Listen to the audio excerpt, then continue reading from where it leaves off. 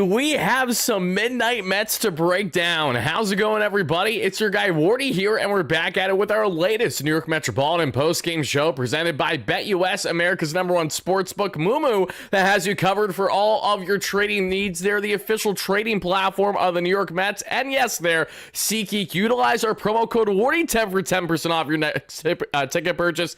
Guys, I got a lot to say right now. I'm so excited to break down not only a series victory for the Metsies, as you guys can see by a final score of 2-1. But look at the defensive masterclass. Mark Vientos with the leaping grab. The polar bear with the final out of the ball game. Are you kidding me? I don't know what the Mets did when they woke up today, but they said we're going to play absolutely elite defense. Coming from two guys that we've actually seen had more blunders than anything else. Far more the case with Mark than obviously Alonso, but I'm so happy to break down another masterclass of an outing by Mr. David Pearson, our dominant southpaw, and this Metropolitan rotation. Spam those W's as you guys chime in live on our replay right now, everybody. We are hyped up. We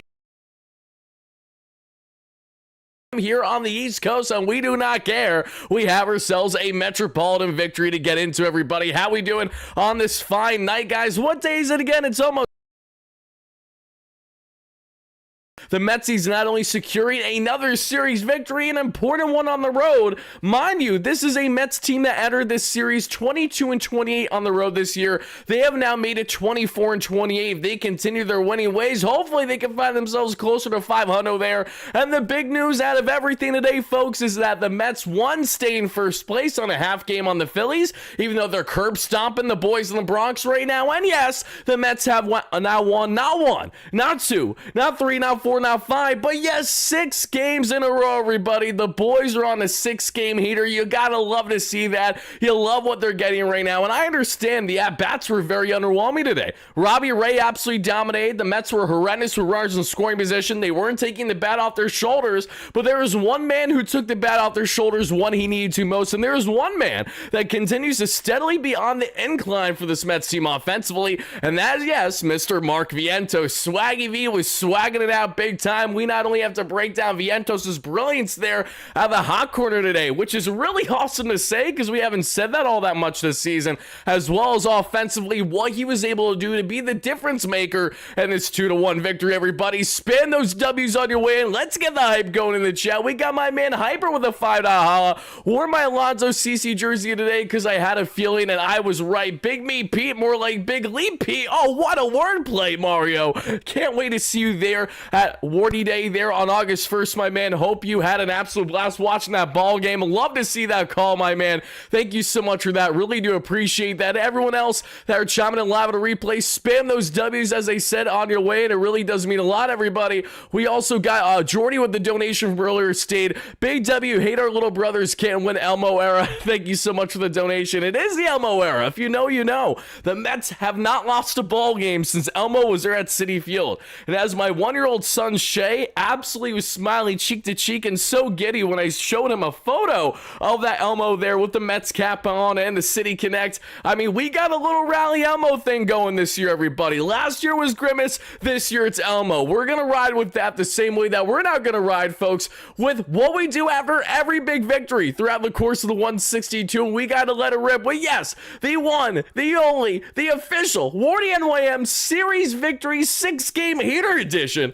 post-game jingle, baby. Rash, thank you so much for the $5 holla, my man, and let's let it rip. Let's go. Postgame.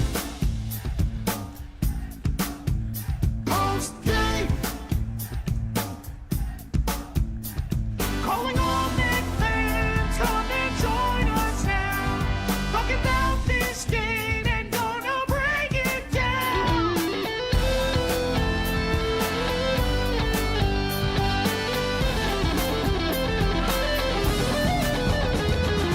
It's Mets Shout out to my guys Greg and Jordan, as always, with the official WardyNYM post-game jingle. Thank you guys so much for chiming in live on a replay. Before we get into this one, everybody, I got to relay real quick for you guys to make sure to check out our amazing sponsor at SeatGeek, with over 70,000 active events to choose from, making them the #1 rated ticketing app in the game today, everybody. You guys got to utilize SeatGeek, because don't you want to save some dough on your next Mets ticket purchase? I feel like that's a smart thing to do, especially when it's 41,000+ at Citi Field every single game throughout the course of the year right now. A normal weekday game there, Monday, Tuesday, Wednesday against the Halos, and it's sold out basically every single day, everybody. Save some dough with our great friends at SeatGeek by utilizing their app, because as you guys can see here, their grading scale is phenomenal. You have a red to green range 1 to 10, meaning that if you purchase a ticket in the 1 through 4 range in the red, it's probably an overspend. It's not a good bang for your buck. But they then show you in the green in the 7 through 10 range, that is where you should absolutely buy.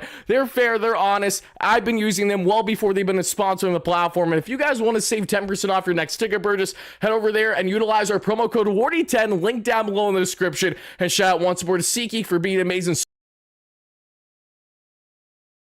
Feeling everybody, Daniel Caps, Wardy, the offbeat bop is great. It's classic, and I don't know if we're ever going to change it, if I'm honest with you, because I think the offbeat bop is what makes it so fantastic. It's so corny, but all in the right ways. Frank Sessa with the 2 hollow, great member in the chat, baby. Thank you so much for chiming in. We got Carlos in the chat. We got Chad O'Neill in the chat. How we doing? We got Rebecca Allen, great member as always. We got Jordy. We got we got Andrew. We got Roman. We got Broken Jester. How are you, my man? Great member. We got Julia Hawkins, great member.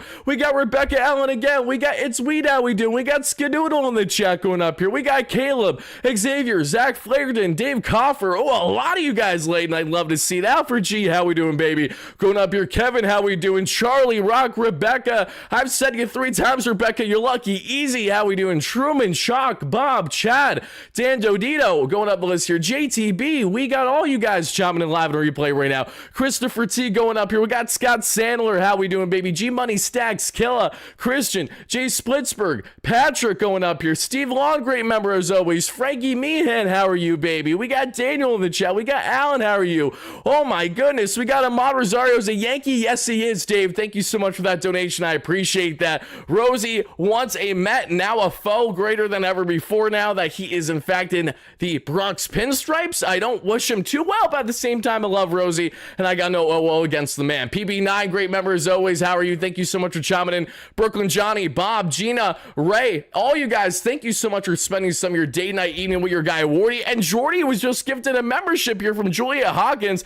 Julia, thank you so much for gifting that membership. And to all my members, everybody, thank you guys so much for becoming great members. We're going to be doing our next members only live show here probably sometime early next week, everybody, right before the trade deadline. So be on the lookout for that. We're going to try to squeeze that in the schedule if we can, at least sometime next week for all of you amazing members. If you guys want to become a member, make sure to check out our membership options that are linked down below in the description. There are different tiers for you guys to choose from. It just various ways to support the platform. You get shout outs from me, you interact with me every single day, and we will be doing member only live shows every single month like we've been doing all season long. One final thing I gotta say, and then we're gonna break down what I loved so much about what was a grind of a series victory in San Fran tonight, and that is to further promote here our amazing Wardy Day, guys. We have Wardy Day August 1st, Mets versus the San Francisco Giants, this time at Citi Field the day after the trade deadline, and you'll have a great chance to hang out with your guy Wardy there to get pregame on-field access. You're going to be hanging out in the left field lounge. That's an exclusive lounge only to me and my amazing followers that are coming along with,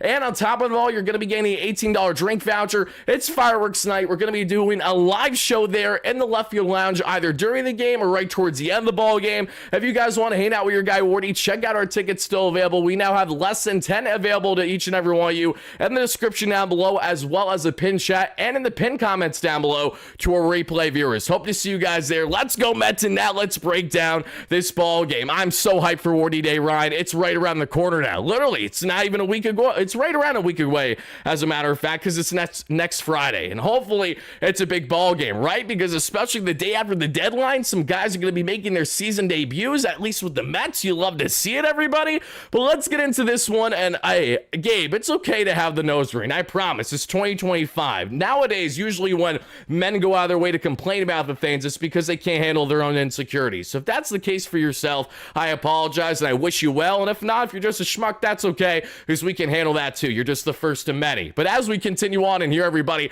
let's get into what we're going to break down in this one, because not only did David Pearson carve it up yet again, out of all Mets starters that give the Mets 6 innings or more, who's the one man who stands out, who has now consistently done it in his previous, 6 or so starts, not consecutively, but total over the past couple months. It is David Peterson. There is one man that's all reliable in this rotation, and it's David Pearson more than most that we see on that front. On the bullpen, the boys did the job, and we're going to break down not only my bullpen grades on a scale 1 to 10, but certainly my grade there from David Pearson, his final line, once we get on to breaking down the ball game itself, everybody. Not only Garrett looked great, Stanton looked awesome, and Mr. Edwin Diaz, after giving up the double, got some fantastic work there by Pete Alonso with the grab at the first base position, and that did it there for the ball game on the hitting end. This is how the ball game ended, everybody, as you guys can see right here. And listen, the Mets did not have a lot cooking offensively. Robbie Ray was carving up, former friend, now foe, Joey Church. Joey Lucchesi was looking fantastic against the Mets.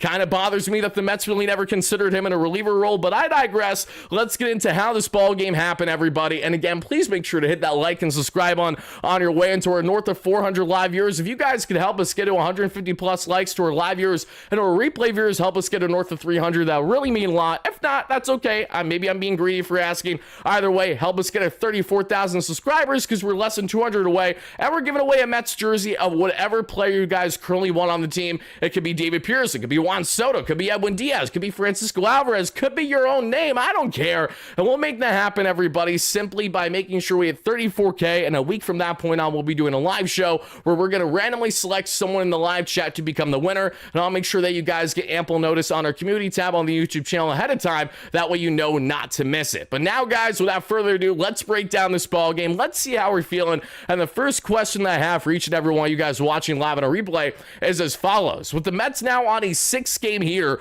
what would you say is the greatest factor to their success? Is it A, their rotation? Is it B, their offense? Is it C, their bullpen? Or is it D, a combination of certain, maybe 2 out of those 3, or individual player performances that stand out to you? What would you say has been the biggest highlight in the Mets' success that they've had on their 6-game heater? After having a very frustrating series prior that we saw there at home, the Mets have now finally started to get themselves in a groove now, and it's one thing to do it while they're at home. They have consistently done that throughout the great stretches of the year, and I love that a lot of you guys are saying in the chat right now, Elmo. Elmo is certainly a factor into this. We cannot forget that. But let's also not forget that the Mets entering this series have not been playing good baseball whatsoever on the road this year. And now you look at this Mets club sitting at almost, guys, we are 3 games away. Finally, 3 games away to getting 20 games above 500. You know how amazing that sounds? That feels electric. And that all can happen getting closer with a potential series sweep tomorrow. Because in the meantime, everybody, when we take a look at the MLB wildcard standings, who do we have there? We have the Chicago Cubs and the Milwaukee Brewers both tied there at first. That's 61 and 43. The Phillies, even after winning yet another game in the Bronx, are still a half game behind the New York Mets, as the Mets are now 8-2 over the past 10 games, if I'm not mistaken. The Padres, who the Mets play in a gauntlet of a matchup. I wish I was in Slam Diego for that matchup next week. Shout out my boy Borna. If you know, you know. That's going to be a big series, and hopefully the boys can certainly step up there as well. You got the Cincinnati Reds at 55 and 50. The San Francisco Giants, who the Mets just beat up again, 54 and 51. 2 games out of that final wildcard spot. So they're going to be hungry in that series finale tomorrow. No doubt. I hope the Mets don't roll over in that one. I want them to be locked in as much as they can. 54 and 52 in the case of the St. Louis Cardinals, who are on the cusp of getting into a decent selling spree with Ryan Helsley leading the way from the reliever end, everybody. But all right, enough of me talking about a lot of awesome things, but don't regard the actual game itself, guys.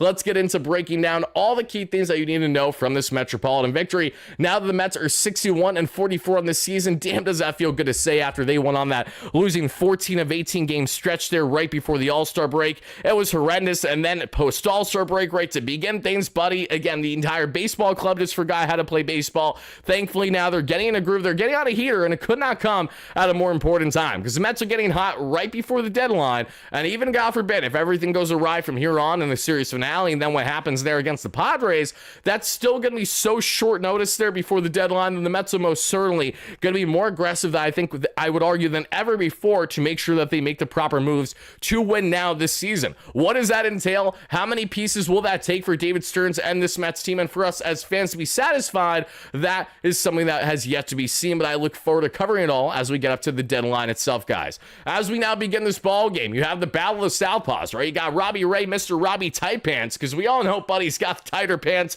than anyone else in the league. He's been doing this in Toronto, did it with the Mariners, did it with the D-backs. No matter where he is, Robbie's got the tight pants going. David Pearson, my southpaw, likes to wear them, not overly tight, just comfortable, just right, just the way that the Bears like their porridge. Not too hot, not too cold, right there in the middle, just right. And Pearson was towing the rubber against Robbie Ray, and Ray here gave up a one-out walk to begin the ball game to Francisco Lindor. Then after we would see a Juan Soto force out, Alonso would reach on a throwing error by, yeah, you guessed it, and I'm being sarcastic as I say this, Matt Chapman with the error out of all people. Are you kidding me? Are you actually kidding me, folks? And yes, that is in fact a reality. Matty Chapman, one of the best third basemen in all baseball defensively. Buddy is a stud at the hot corner, and thankfully for the Mets, they try to take advantage at least, but Starling Marte, who's on a heater and had another productive ball game, would unfortunately line out there to Heliot Ramos and left to end the inning unscathed. The Mets had some early work going, not enough, however, and as I get into the chat real quick to ask you guys, what would you say was the biggest factor behind the Mets now and their 6-game heater? Plenty of guys have definitely been saying the pitching as well as a combo of things as well. I'm seeing in here a lot of pitching as well. Bullpen, pitching, bullpen. Yep, definitely more of the pitching. And what is the commonality with the Mets pitching being a strength for them now, as it was in the first month and a half of the season? It's that when the Mets have had their best baseball this year, it's been because they've been backed by their pitching first and foremost. As much as we want and expect this team to be carried by their offense in large part, when you have Juan Soto, Pete Alonso, Francisco Lindor, and everyone else in company, while those pieces are important, there's no denying that. What is also true at the exact same time is that with the Mets and trying to get on this heater now, it has been backed by their pitching. This has been their stronghold. This is what carried them earlier this year, and this is what's likely going to carry them again. But it's that paired with timely hitting, the way that the Mets thankfully got just enough in this ball game, everybody. Health, without injuries, the Mets are a solid team, Wardy. This is also true, Barry. Goes without saying that the most important thing is availability. The Mets are now finally starting to get that. Don't tell that to Yankees fans.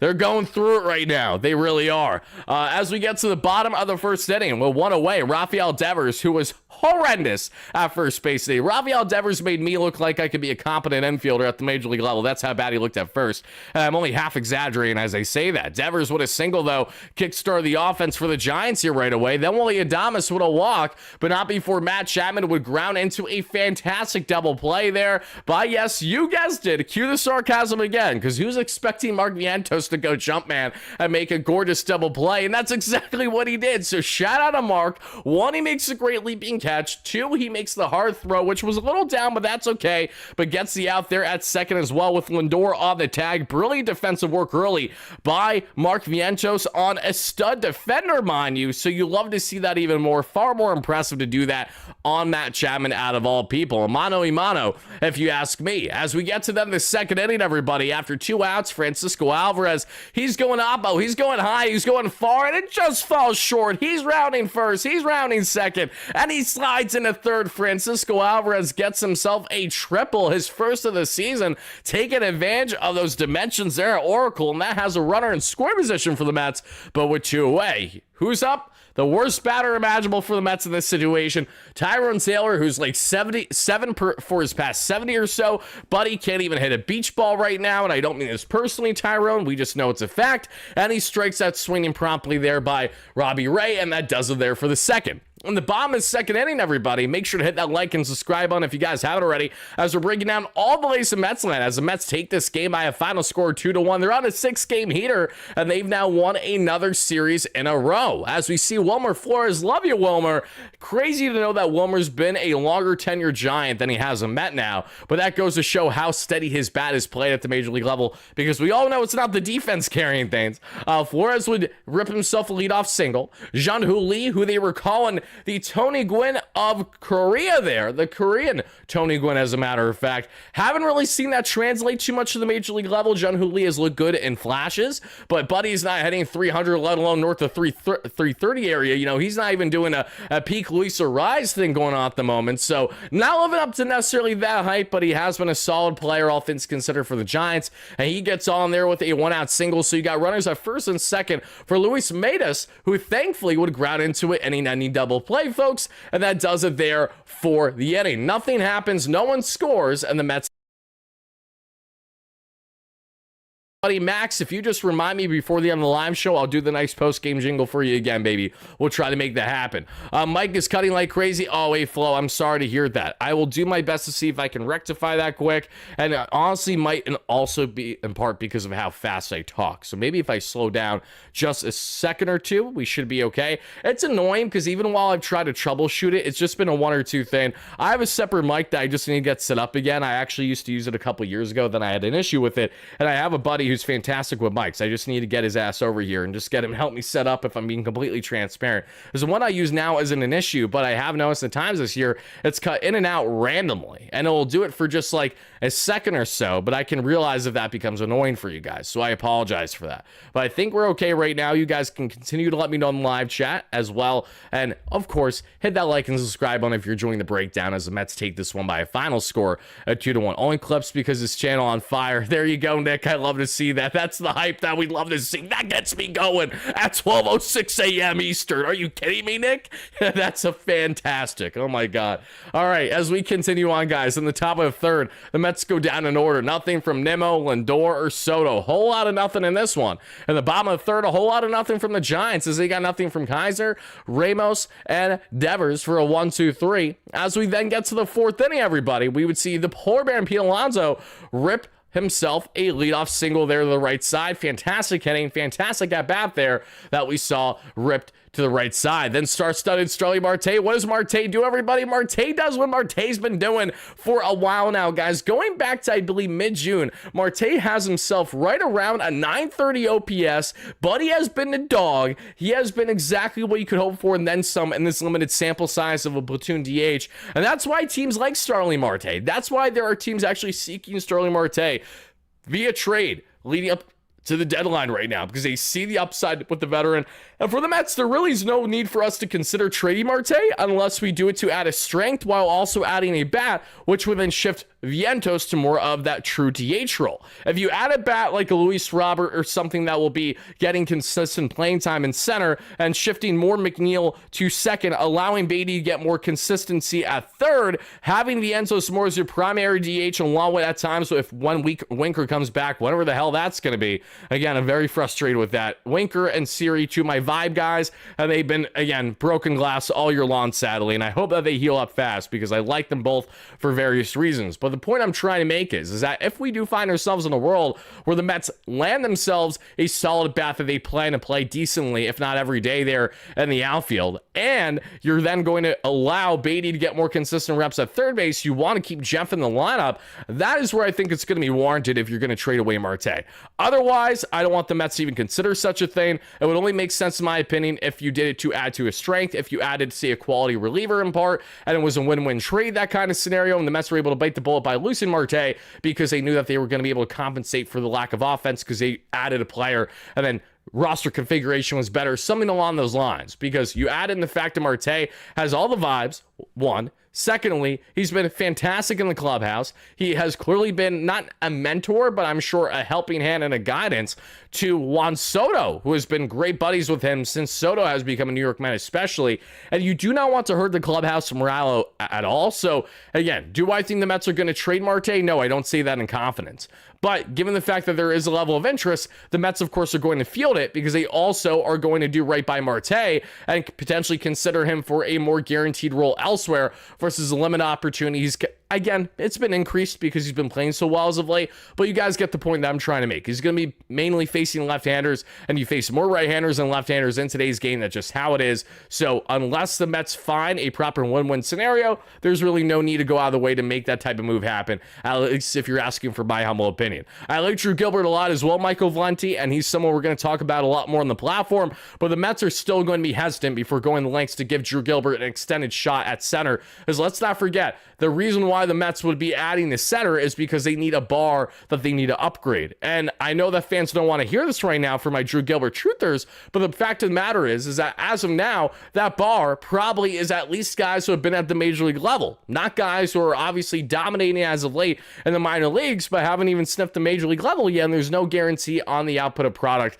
that you're getting. I like Drew Gilbert a lot. I think there's certainly still upside and a room for him to potentially blossom with his team, but I'm not sure if the Mets are going to go the lengths to do that and potentially sacrifice a traded line acquisition in the process because they consider it an in-house option. Then if that in-house option completely fails and can't handle the big brights of big city there in Flushing, Queens, then you have a greater problem, because then instead of trying to fix your holes, you just create yourself a potential deeper one. So that's what I have to say about that. But again, nothing personal against Drew. I like him a lot. I'm going to be talking about him plenty more and telling you guys how much, he's now on the Mets radar. It won't be shocking if the Mets consider him, but here's the pros and cons that come with it as I kind of just relayed to each and every one of you. Nice little tangent by Wardy. Perfect timing for us to now get back into this. Carlos with a $5 holla. Thank you so much for that, Carlos. Mets only 1.5 game behind from the best record in the NL. Remember when everyone was panicked just a few weeks ago, Wardy? This Mets team has shown fight. They have most certainly shown fight, and I fully expect this Mets team to continue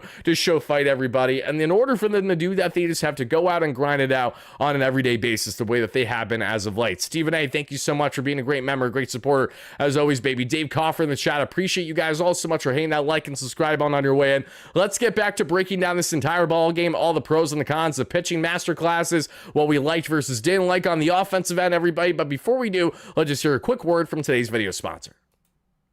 Hey Mets fans, if you love diving deep into the numbers like WAR or ERA, then you absolutely are going to love what today's video sponsor Moomoo brings to your investing game. Think Moneyball, but this time for your portfolio. I'm beyond excited to share that Moomoo, the proud trading platform of the New York Mets, is here to level up your investing. Moomoo is a global trading platform currently serving over 25 million users in markets like the United States, Canada, Singapore, and Japan. Whether you're just starting out or if you're a more seasoned trader, Moomoo's app and desktop platform offers commission-free trading on stocks, ETFs, and options, no contract fees either. So plus, you get premium tools, guys, whether it's going to be the institutional grade analytics, Morningstar research, and analyst ratings, all free for funded users. And right now, Moomoo is doubling down for Mets fans. Sign up through my exclusive link down below, make a qualifying deposit, and get up to, 60 free stocks, plus not one but 2 Mets Suite tickets. Not to mention, Moomoo customers can get free tickets to all Monday home games at Citi Field, and who knows, you may even see me at a game. And with 0 commissions and 0 contract fees on stock and ETF options, you keep more of your wins. Are you guys ready to trade smarter? Download Moomoo now and swing for the financial fences, and shout out once more to Moomoo for being an amazing sponsor here on the platform. So I see right away Eric Roper in the chat talking about Mando, and that was hilarious in reference to what you're saying about the Yanks and their fans. I'm also saying, how about Soto's playing right field off the wall? I know, Mets fans, we don't have a lot to complain about too much with Juan Soto's defensive play, but you know what? Who has a lot to complain about in the outfield? 10 times worse than Juan Soto this season? The Martian there in the corner for the New York Yankees. And the only reason why I'm jumping on the Yanks right now is because it's being relayed constantly in the chat, 1. But 2, it is just fitting how much Yankees fans were calling out Soto's defense would be the demise. I'm like, all right, buddy, you weren't saying that for a second, even when he was horrendous there at Yankee Stadium. And you know how Juan Soto's actually having his best defensive season that he's had in a number of years. I believe this is the best defensive year he's had since his final year with the Nationals. And the funny thing about that is in large part because if you look at how much he's been thriving now with the Mets defensively to a degree versus where he struggled and labored mightily with the Yankees. Base running wise, too. I mean, Juan Soto did not even know where to run in which direction. Now Soto has already a career high in stolen bags with 13 and counting, if I'm not mistaken, and the man's only getting better by the second. I think now Juan Soto, now not having the contract pressure of like what he was trying to push for entering the offseason, now that he's here and set in stone, we're actually finally starting to see him get comfortable now, where we're going to see him actually excel greater than what he has before. Soto's defense hasn't cost us a single, no, it really hasn't. If anything, maybe it's been borderline for one game this season, but that's very borderline. 14 stolen bags, even better, Eric. That's my point. Again, he's cooking. You love to see it. But all right, let's get back into this. Let's talk about the good, which is the Mets taking down the San Francisco Giants by a final score 2-1. As we would see, everybody, the polar bear there with a single, Marte with the double. And after Marte rips himself his 9th double of the year, you got Brett the Hitman with an infield single because Robbie Ray can't handle the ball. He has a bad flip. Rafael Devers is doing the spins like he's little Cinderella there at first base. He can't make the play. And it's bases loaded, no away for Mark Vientos. And what does Vientos do, everybody? Mark would strike out on a slider. It was nasty. It was down and in. It was gorgeously pitched, but it's a pitch to take, and Mark was biting big time. Vientos would have the first strike out there and first out of the inning. And then Francisco Alvarez, sadly, heartbreakingly at the time, grounded into it, inning-ending double play. I threw my hat when that happened. I was pretty pissed off, I'm not going to lie. Really crushes me. It's one thing to not hit with runners in scoring position. I'm prone to that. We're all prone to that as Mets fans. It's another, however, when you don't do it with bases loaded and no way. You know, like that's where, if I'm staying up late to watch baseball for you, let alone have to cover it then for you, and then stay up multiple hours after the fact for editing and working on other content for you, the least my team could do is hit competently while they're out west. And when that happened, guys, I said to myself, if the boys drop this 1-0, I ain't doing the live show. I'm going to bed. I'll worry about doing a video in the early AM. Because one, everyone's going to be pissed off. And two, I'm just going to be so frustrated that they would have wasted a David Peterson masterclass. But no, the Mets got no production there with bases loaded, no away. And we then head to the bottom of the 4th inning. And here's what happens, everybody. This is what happens when you don't score with runners on and no away. The team's going to bite you in the ass and make you pay a half inning later, i.e. the San Francisco Giants here, because Peterson would face an early jam. He gives up a single back-to-back from Willie Adames and Matt Chapman, and then we would see Flores thankfully strike out swinging. Great pitch, great placement there by Peterson against a veteran right-handed bat. Then Casey Schmidt, however, gets on with a walk. It's bases loaded, one away, and here's Jun-Hoo Lee, who grounds into a force out, allows the run to score. It comes in, everybody, and it's a 1-0 San Francisco Giants lead. Thankfully, Luis Matos will quickly pop out there to second base, but not before the Giants would be up 1-0. Peterson did great damage control there. That was an inning that easily could have went away. But the same David Peterson, every single year and every single start, you look at his metrics, you look at his expected ERA, you look at his FIP, you look at all these things, and what it tells you, you look at his savant numbers, is that Peterson should not be a good starter. Everything about Peterson's metrics has you thinking that he's not going to be a good lefty, that he's always getting constant luck. But the reality is that Peterson actually plays into his luck because he creates his own luck. And the way that he does that is by inducing a fantastic ground ball rate that has really changed the game for him. Really going back to June of 2024, coming back from that hip surgery, David Peterson has been a top 10, top 15 type starter out of all eligible starters in the National League. And no, that's not an understatement. That's a fact. So shout out to Peterson for working out of this jam while allowing that one earned run, yes, but what he did after the fact would just be as dominant as you could possibly ask from the young left-hander. LFGM Michael K is MF, thank you so much for the donation. MF says a man with the initials M for the first name and K for the last name, I'll let you guys put together, is a fat douche. That he spent the $20 to have that heard. Again, I'm just relaying what has been donated. I have nothing to say in that. I have no clue who he's talking about, as a matter of fact. To reiterate, LFGM, someone that has the initial that starts with M and the last name initial that starts with K, is a fat with a PHAT DOOOOSHE. That is what you guys got from your guy Wardy there. That's okay. As we continue on, and Dave with the $5 holla, I appreciate that. I can't believe the Blue Jays have the best record in baseball. Yeah, it's actually hilarious that you say that, Dave. I was showing with my dad earlier. We actually had a lot of fun today. We went, I don't know if you guys know car shows or not, but my father is a big car guy. And, you know, I'm very casual when it comes to cars, but I certainly enjoy watching the car show. auction today, just hanging out and watching, these cars get bought for absurd money. And, me having baseball running in my head the whole time, at one point I looked at him, I'm like, you're never going to guess who has the best record in baseball right now. And I'll give you a couple guesses. And he got it on the last one. And he's like, is it the Blue Jays? I'm like, it is the Blue Jays. And he's like, what? And I'm like, exactly. We're all waiting for them to cool down. But for the sake of my guy, Jim from Ballcap Sports, and my guys, Adam and Nick from Blue Jays Today, all good friends of mine in the baseball community, fantastic Blue Jays related content creators, especially. I'm so happy for them. I'm just kind of jaw drop. They're kind of giving me 2024 Mets vibes, if I'm being transparent. That's the vibe that I'm getting right now when I'm looking at this Blue Jays team. Does my dad have a classic car? He does have a he has a 2002 Corvette, which he loves. So yeah, I mean, nothing too crazy, but yeah, no, he's definitely a car connoisseur for sure. But as we continue on here, everybody, as we get into I think it's 02, but don't quote me on it. I know it's early 2000s. And the top of the fifth, everybody, we would see a 1-2-3 here for the Mets as they would go down in order offensively. Then in the bottom of the fifth, we would see Heliot Ramos with a 1-out single. Then we would see a huge strikeout on Rafael Devers. Shout out to Mr. David Pearson there.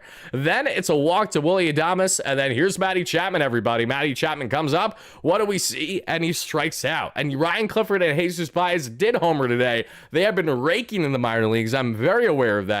I know that we've been a little behind on some of our prospect coverage as of late, but once we get back in the flux of that, really especially post-trade deadline, because we've been so bombarded with all the rumors and news going on there, I can't wait to lock more back in with my guys AJ Ewing and all of them, assuming that they're still here. Because remember, the Mets may trade away some of these prospects, whether you love it or hate it, leading up to the deadline, depending on what moves the Mets actually find themselves making. But fantastic getting a work there by David Pearson, working huge strikeouts on Devers and Matty Chapman, some of the big bats there in that Giants lineup, and is not a problem there whatsoever for Peterson, who got the nasty change up there for the swinging strike on Chapman to end it in the inning. As we then get everybody to the sixth inning, who leads things off? Well, it's Juan Soto who gets on with a leadoff walk. Afterwards, we would see Juan Soto there steal his 14th bag of the year. Mind you, Juan Soto has never had 14 stolen bags in a season before, so he's cooking right now. You love to see that. Afterwards, we would see star-studded Starling Marte get on base yet again today, the second time today, this time not with a double, but we're going to go with a walk. After the walk, we would see Brett the Hitman ground out, and then Mark Vientos. He's up. He has an opportunity to secure a run or two with runners in scoring position. And what does Mark Vientos do, everybody? He makes up for what he did wrong his previous time up there. Vientos' first opportunity with runners in scoring position today, he struck out there with bases loaded and no away. This time, Vientos, while dealing with the out pressure, 2 outs, mind you, he rips himself a 2-out, 2-run double down the third baseline. Swaggy V, holy crap, did we miss you, baby? Off of Robbie Ray, 109 off the bat. He turned on that thing, beating that up, that slider for breakfast was Mr. Mark Vientos, everybody. That puts the Mets up 2-1. They would go on and win 2-1, and they would try to cook more in the inning because Alvarez and Tyrone Taylor would get on there via walk, but this is where things got frustrating, right? Because this happened with Walker coming in there to pitch as a reliever, and I'm saying to myself, okay, Alvarez gets on with a walk, Tyrone Taylor is going to be taking his pitches. He's been batting so horrendously. If he can get on without swinging his bat, you might as well try to do it. That I didn't hate. Brandon Nimmo has 2 on, 2 away. All he needs to do is to just try to have a competitive at-bat here. Instead, Nimmo takes 3 strikes all down the pipe, and that's that for the inning. I don't know why Brandon was not able to see Walker well. I don't know why Brandon went into that at-bat not being aggressive. I mean, very contradicting to Nimmo, who has had so many first-pitch swinging at-bats with runners in scoring position this season. If anything, we've complained about it, and now when the one time Nimmo doesn't do it, it's what he should have done it, or at least you could have argued that he should have done that. But no, Nimmo with one of the worst at-bats you'll ever see, and I love Brandon. Again, he's been a stud. 3 grand salamis this year, has as many RBIs as Lindor basically, has been as productive offensively basically as Lindor. I can't complain much about that. You know what I mean? But I was frustrated, certainly in that moment, to see the Mets get absolutely nothing going there after just very lackadaisical at-bats. Back-to-back batters where the Mets literally did not take the bat off their shoulder once. One got on base, the other struck out on 3 pitches, and that's that. As we get to the bottom of the 6th, everybody, we would see there Luis Angel Acuna came in the ball game, and he's commanding second for the rest of the ball game. They're moving Beatty there to third, and then that will be that, everybody. We would then see Wilmer Flores out at second base. Why? I don't know what Wilmer Flores was thinking. I don't know if he watched, Mr. Lightning McQueen lately and went ka-chow because he was really feeling himself as if this was the Cars movie, because Buddy really thought he could leg a single into a double there when that shit is not going to happen, especially when you're going to be getting a nice relay throw there from Brandon Nimmo to Luis Angel Acuna for the tag at second base with plenty of time.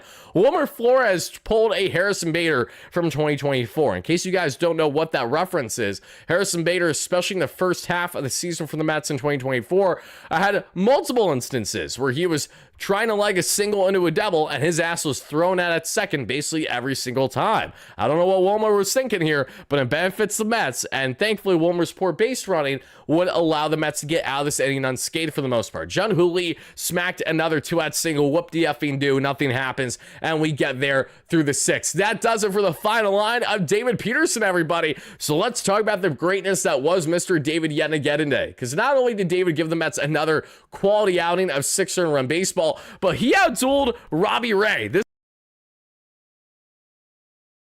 starters in all of the National League this year, and this was a big test to see how he would go toe-to-toe against a team that's obviously nipping on the heels for a playoff spot, has a lot of pressure on their shoulders leading into the deadline, and Peterson handled them like it was another day on the block. Houdini magic working out jams like he always does, and even while he didn't have the most dominant stuff, only 4 strikeouts and 3 walks, he worked his game as good as any with that ground ball rate. The sinker that we saw thrown more than any other pitch, 29% of the arsenal to be exact, he topped out 93 on the gun and sat right around 91. The 4-seam he threw 24% of the time, topped out 94 and sat right around 92. The changeup at 24% of the time, topped out 88 and sat right around there 85. We saw the slide piece then at 12%, topped out 85, sat right around 84. And the curveball at 11%, everybody, topped out 80, sat right around 79 in that area, everybody. But Mr. David Peterson going 6 innings of 1 earned run ball, and easy, without hesitation, 7.5 grade from your guy Wardy. Peterson was so nails. You could even rightfully argue this was an 8. You know what? F it. I'm going 8. I'm going 8. And the reason why I'm going 8 is because Peterson does this in his sleep. When everyone else is either having an erratic outing out of nowhere, can't command the strike zone, or even, I love Kodai Senga, but Kodai has not consistently gave us length, and he really hasn't consistently gave us length at all since he signed with the Mets. Senga's great, but we don't necessarily know how deep we're going to have him for. So I'm going with a firm 8 out of 10. Miss me with the 0.5 nonsense. That's not right. I can't do that to David. This was too good of an outing. 6 innings is so hard to get consistently, I feel like, in today's game from a starter, and when Peterson has been consistently doing this as much as he has, that needs to be appreciated for what it is. Outside of, I think it was a 2.5 start stretch of Peterson not being good, he's been pretty much that guy all season long. So I'm going with a solid 8 out of 10, everybody. Let me know your thoughts on David Peterson and how you would grade his outing today on a scale of 1 to 10. If you agree with mine, disagree with mine, whatever your thoughts are, let me know. And again, guys, check out our Wardy Day tickets, still available in the description as well as in the pin chat for you guys to check out as well. And yes, I do hope that Kodai Senga dominates tomorrow. No better way for Kodai to try to bounce back from a 3-inning, 4 earned run outing than to step up and try to get a series sweep and make it lucky number 7 on the victory front for the Mets in a row there this time in San Francisco. As we get back into this one, guys, after the 6th inning, here comes Joey Chirp, Joey Lucchesi, Mr. Fuego there we would see come in, and he would do well against this Mets team, right? Because bad error by Rafael Devers, because again, Buddy can't play first base to save his life. That was evident. Today was only his 3rd game ever at first, so that makes sense as well. But after Juan Soto reaches because of that woe, it would be a Pete Alonso polar bear double play, and that does it there for the inning. In the bottom of the seventh, here comes Reed Garrett. What does Reed Garrett do? He strikes out Patrick Bailey. He strikes out Elliot Ramos, and he gets a ground out on Rafael Devers without a problem. But he could have done it blindfolded the way that he was cruising, and he gets through the seventh without a problem. Reed Garrett, I love you. What a dog he continues to be. In the eighth inning, everybody, Starling Marte said, I want the hits parade to continue. And what does Marte do? He rips his 10th double season, this time off of the nasty Tyler Rogers there, who, mind you, for those that don't know Tyler Rogers, what makes him so nasty is the buddy's a submariner. His brother Taylor, who used to be his teammate, I'm trying to think where Taylor is now. I'm already forgetting. Who cares? Mets played him not long ago. Taylor Rogers is a southpaw reliever. Tyler is a submarine right-hander. And Marte ripped it off this man, his 10th double of the year. Why is that important? Because Marte had a quality contact hit against a right-hander. That's important because he has not faced righties much at all this season. So if he's going to be able to do this now, kind of cooking here. Kind of cooking. I mean, it makes it harder to want to trade a guy like him when he's performing this well. Especially has not skipped a beat. Got hurt right before the All-Star break when he was on a heater. Now comes back post-injury, and he's literally the exact same type of bat that we were hoping to see right before he went down with his injury. You'd love that from him. Then we would see, unfortunately, the kiddos go down. From Beatty to Acuna to Alvarez. Acuna's at bat was brutal. Again, first at bat of the night. I get it. Not an easy thing to do. 1, 2, 3. They are all out of here, everybody. But Marte, fantastic at bat there. At the bottom of the eighth, it's a 1, 2, 3 as well because Ryan Stanek on his birthday. Shout out Ryan. He's now a young 34. Cue the candles and cue the victory bread with his wifey, if you know, you know.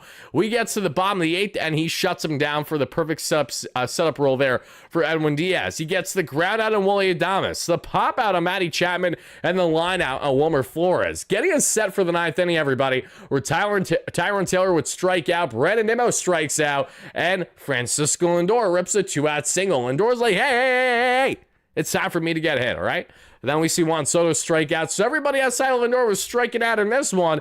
It doesn't matter. We get to the bottom of the ninth, guys, after a line out from Mr. Casey Schmidt. A Jun Hooley double there off of Edwin Diaz, which is impressive because, again, it was smoked 106 off the bat. It was 399 feet, guys. This is a home run in literally every ballpark for the most part, except Oracle there in San Fran. And the dimensions being as wacky as they are benefited the Mets greatly in this ball game because that was going to be a game-tying home run. Instead, he settles with a double, and Mike Yastrzemski gets his ass struck out because Edwin Diaz does not allow things to happen after he gives up contact. What makes Edwin so elite this year, and which is why he's one of the best closers in all of Major League Baseball, not just the National League, is Edwin's resilience and ability to bounce right back after facing early adversity. If he gives up a leadoff walk, gives up a 1-out single, or in this case, a 1-out double, he does not give a rat's ass. He's going to lock the hell back in. He's going to rear back. He's going to throw you a slide piece there, touching the low 90s, and he's going to be giving you there the heater touching north of a hundo on the gun. And what does he do, everybody? He would strike out Yaz there that we would see on a heavy slider upstairs, 91, disgusting. And then for the final out, oh yeah, Patrick Bailey smokes a baseball. How hard off the bat, everybody? 106. And Pete Alonso says, psych, see ya. He makes the catch. That's the ball game. Alonso with one of the better catches you'll ever see at first base by the Polar Bear. The Mets go on to win this one, everybody, by a final score of 2-1. As we get into the pitching, everybody, we graded what we saw there from David Pearson. Let's talk now about this bullpen. Garrett, Stanek, Diaz. Nasty, nasty, nasty. This bullpen was so nasty tonight, everybody. They get an easy 9 out of 10 from your guy, Wardy. If it wasn't for the one hit, it would have probably got, 9.5 consideration. I can't go 10. Again, you go 10, you go 9.5, 10 when, they give up no hits. Probably when they strike out everybody, but no walks. Gorgeous work. Loved what I saw from Garrett to Stanek to Diaz. They deserve the credit. They get an easy 9 out of 10 from your guy, Wardy, everybody. And I definitely want to know how you guys are feeling about that. Eric, what's the problem? What's happening in the chat, Eric, that we got to be yapping like that? Let's see. I love Mendoza for how he keeps the team together and has these guys ready to go to war for another, but he absolutely has to put Beatty at third base every game. I wholeheartedly agree. Beatty should be the everyday third baseman there. I don't think you're wrong for that. As we now get to the hitting net, everybody, the Mets did not fare well with runners in scoring position in this one. You all knew this if you watched the ball game, but the Mets did actually have a total line of 2 for 11, so didn't even bat the Mendoza line, which I don't appreciate personally. However, what I will say is that they did just enough. It was a pitcher's duel. It was a universal pitcher's duel tonight. It wasn't like it was just one guy looking great. No, both he and David Pearson and Robbie Ray were cooking. Let's see. We are talking about the all-time Mets. I got you, Eric. I just jumped in your convo without realizing. So my bad. My apologies for that one. You go back to your discourse, baby. But as we continue on, this was the Mets' final line on their offense, everybody. And let's start with BrandonNYM. Brandon was 0 for today, but Nemo's had really, really good at-bats. And he's been on a heater for north of 2 months now. He's still with a 262 average and a 790 OPS. Lindor would have hit after a big game yesterday, 252 average, 760 OPS. Then we see Soto, 0 for 4 with a run scored and a walk, 252 average, 878 OPS. The Polar Bear, 1 for 4, 269 average, 871 OPS. I liked seeing him poke it opposite field the way that he did earlier in the ball game. Marte, that we saw with 2 hits, love that from star-studded with not 1, but 2 doubles on the day. Extra base hits king is Starling Marte. And as we said before the season entered, and I got flack for this, and I get flack for a lot of things. I get it. I'm not a complete homer, but of course I'm a biased Mets fan, right? So I'm going to be excited about a lot of the things the Mets do initially, give them the initial benefit of the doubt on the decisions that they make, because I have a level of trust and faith in my front office and my organization. I really do. And that has nipped me in the butt at times. And that's okay. That comes with fandom. But one thing that I called, like always, entering the season, is that Starling Marte, no matter how he's utilized, can hit 280 in his sleep. This is so common for Marte. As long as he's out there and healthy, you know that hitting is really never an issue with him. And here we go. The ageless wonder, the timeless wonder, whatever's a better wordplay for you, is exactly what this fine wine of Starling Marte up to, yes, a 282 average and a just under 800 OPS at 776. Are you guys for or against a Starling Marte trade happen, everybody? I would love to know your thoughts there. Who's on first? Thought we were for Wardy post game. Let's see. Who's on first? Gina, what are we talking about? Gina, you got me confused as to who's on first. Alonso's on first. I don't know what's happening here. Regardless, as we continue on. Oh, mic cut out. Oops. My apologies, guys. Mike should be okay. Might have cut out for a second, but I think we're good. Not a homer as in Homer Simpson. That's good, G-Money. Love that. Love that, love that, love that. As we continue on, though, outside of Marte, Brett Beatty, 1 for 4, 238 average, 716 OPS. We saw Vientos, 1 for 3 with the 2-run double, 226 average, 638 OPS. Acuna, 0 for 1, 239 average, 578 OPS. Alvarez, 1 for 3, continuing to look good at the plate, 243 average, 706 OPS. And Tyrone Taylor, 0 for 3, 204 average, 558 OPS. Another thing to not forget with Alvarez is how well he continues the game call. This was good. This was really, really good. Alvarez had another fantastic game catching David Pearson, the same way that I know he's going to bode really well when one of the Brennan Sproats, Noah McLean's, or Jonah Tons of the world gets considered for this major league squad as well. But folks, that is what you got from the Mets on the offensive end, and that is just about what you got from your guy Wardy tonight. I'm not going to be too long-winded with this one, everybody. I'm going to get out of here. It is already, it's pushing north of 1 a.m. Probably have some more Mets content that I'm going to have to work on, if not tonight, then early tomorrow. So guys and gals, I would like to thank you all so much for watching this live on a replay. It is greatly appreciated. Before I get out of here, however, because I know we have north of 400 people, I don't just want to leave you in a snap of a finger like that. If you guys have any comments, questions, or concerns for me over the next, say, 5 to 10 minutes or so, I will gladly answer. I just want to try to get out of here before the 1 hour mark. So to everyone that watches this on replay, I might cut things off a little bit shorter here. So let me know all your key reactions and thoughts. The Mets now on a 6-game here, taking the series by a final score of 2-1. And again, it wasn't the sexy victory that you were necessarily hoping for, but it was a victory that at least had you satisfied if you stayed up for. Because why? The Mets have now won 6 straight. Never going to complain about that. Thank you guys again for watching. Let's continue on the live show now to get it on whatever comments, questions, concerns you guys got for me. Everyone watch on replay, this is where we're going to be kind things off. Let's go Mets, baby. Peace out.